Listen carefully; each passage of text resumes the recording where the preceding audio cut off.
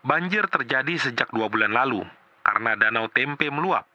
Luapan danau diperparah oleh curah hujan yang tinggi di berbagai wilayah. Di balik sejuta keindahan Kabupaten Wajo, terdapat Kecamatan Tempe yang merupakan kecamatan dengan risiko banjir terbesar. Banjir tersebut disebabkan oleh curah hujan tinggi yang mencapai 8.000 mm.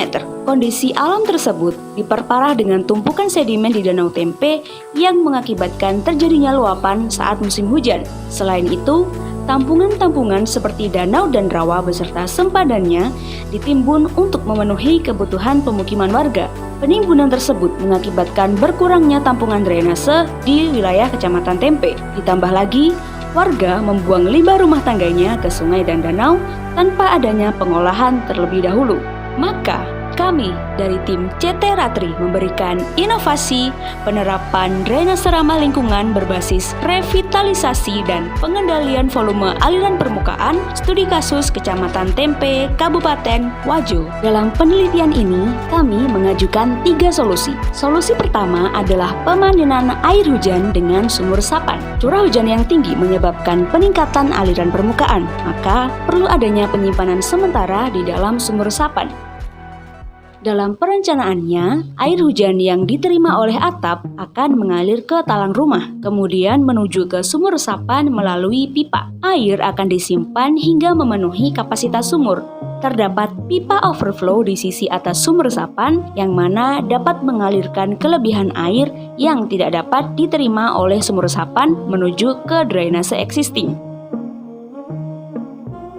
Dimensi dan jumlah sumur resapan yang dibutuhkan oleh setiap rumah tergantung dari tipe atau luasan rumah tersebut. Sebagai contoh, sumur resapan untuk rumah dengan tipe 36 didesain memiliki diameter 0,8 meter. Berdasarkan perhitungan, didapatkan kedalaman sumur optimum yaitu 1,8 meter. Jumlah unit sumur yang dibutuhkan adalah 1 unit.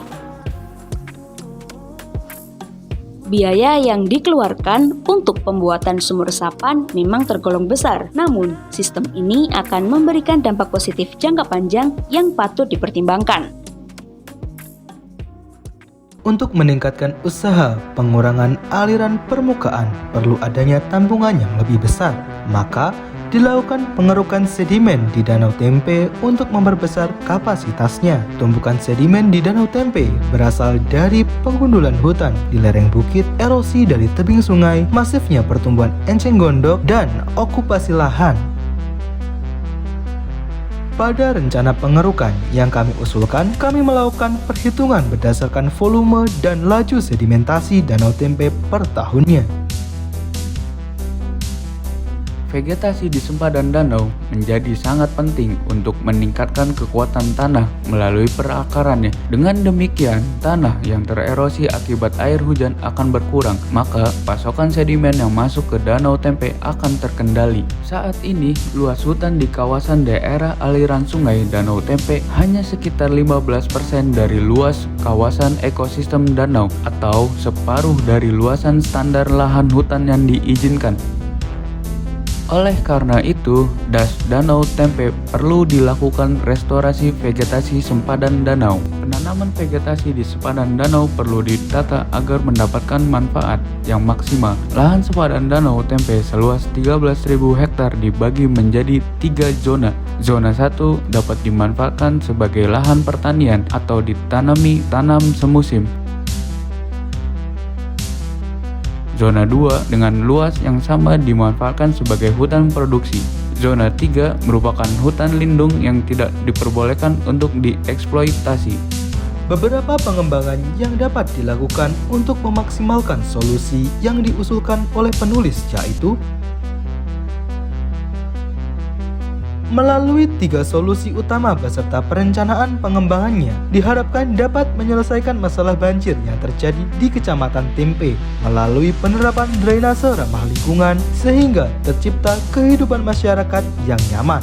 Selain itu, penanganan banjir ini diharapkan berkontribusi terhadap tujuan nomor 6 SDGs, yaitu memastikan ketersediaan dan manajemen air bersih yang berkelanjutan dan sanitasi bagi semua, terutama di Kabupaten Wajo.